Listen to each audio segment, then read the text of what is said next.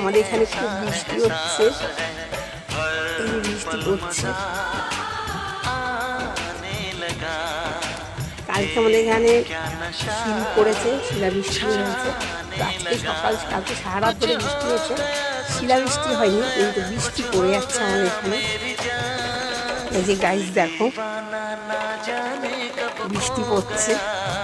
আজকের ওয়েদারটা খুবই সুন্দর, শনিবারের ওয়েদার, বৃষ্টি বৃষ্টি ওদের। আজকে ঈদ আছে, সবার ছুটি আছে, সবাই বাড়িতে ভালো মন্দ রান্না বান্না করে খাওয়া দাওয়া করো। আজকের ওয়েদারটা খুবই সুন্দর,